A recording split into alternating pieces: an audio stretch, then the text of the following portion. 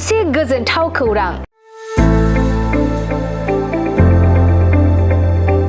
नोंथाङा गाव गावनि फिसाफोरखौ गुन गोनां सोलोंथाइ होनो गोसो दं नामा?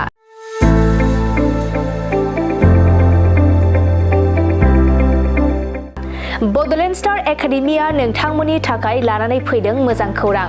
क'क्राझार जहरनि सा फारसे तितागुरि भबानिपुर एबा समबाय भवन अफिस साखाथियाव थानाय बड'लेण्ड स्टार एकाडेमियाव थाखो 6 निफ्राय थाखो 12 सिमनि थाखाय 2026-27 मायथाइनि गोदानै मुं थिसननाया सोलिगासिनो दं। मख'नो गोनांदि बे बड'लेण्ड स्टार एकाडेमियाव थाखो 6 निफ्राय थाखो 9 सिम बर' मिडियाम आरो थाखो 11 आरो 12 थाखोआव इंराजि आरो बर' मिडियाम जागोन।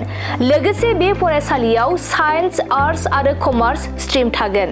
बे फरायसालियाव हौवासा आरो हिन्जावसाफोरनि आलादा आलादायै थाग्रा हस्टेलनि खाबुबो दं। मख'नो गोनांदि बे फरायसालियाव बिपिएल गोनां फरायसाफोरनि थाखाय एडमिशन फिसआ अफार थागोन। जाय फरायसाफोरा बर' मिडियामजों टप 10 बे फरायसाफोरनो 2 बोसोरनि थाखाय फ्रियाव फुल कर्स होनाय जागोन। बे बड'लेण्ड स्टार एकाडेमियाव फरायसाफोरनो मोजांथार खाबुफोरबो होदों, जेरै सानफ्रोमबो जीके, कम्पिउटार, रिजनिं, इंलिश स्पिकिंनि जुनिया क्लास मोननो हागोन। मोनफ्रोमबो दानाव मक टेस्ट मोननो हागोन। मोनफ्रोमबो सनिबाराव उफ्रा मावफारिनि फोरोंथायनि खाबु होनाय जागोन। सानफ्रोमबो फ्रियाव जेईई आरो नीटनि फोरोंथाय होनाय जागोन। 85% बारा मोननाय फरायसाफोरा फ्रि एडमिशन मोननो हागोन। बे बड'लेण्ड स्टार एकाडेमि फरायसालिया थाखो 6 निफ्राय थाखो 9 फरायसाफोरनि थाखाय मोनफ्रोमबो थाखोआव गासै 20 फरायसाफोरनि मुं थिसननाय जागोन।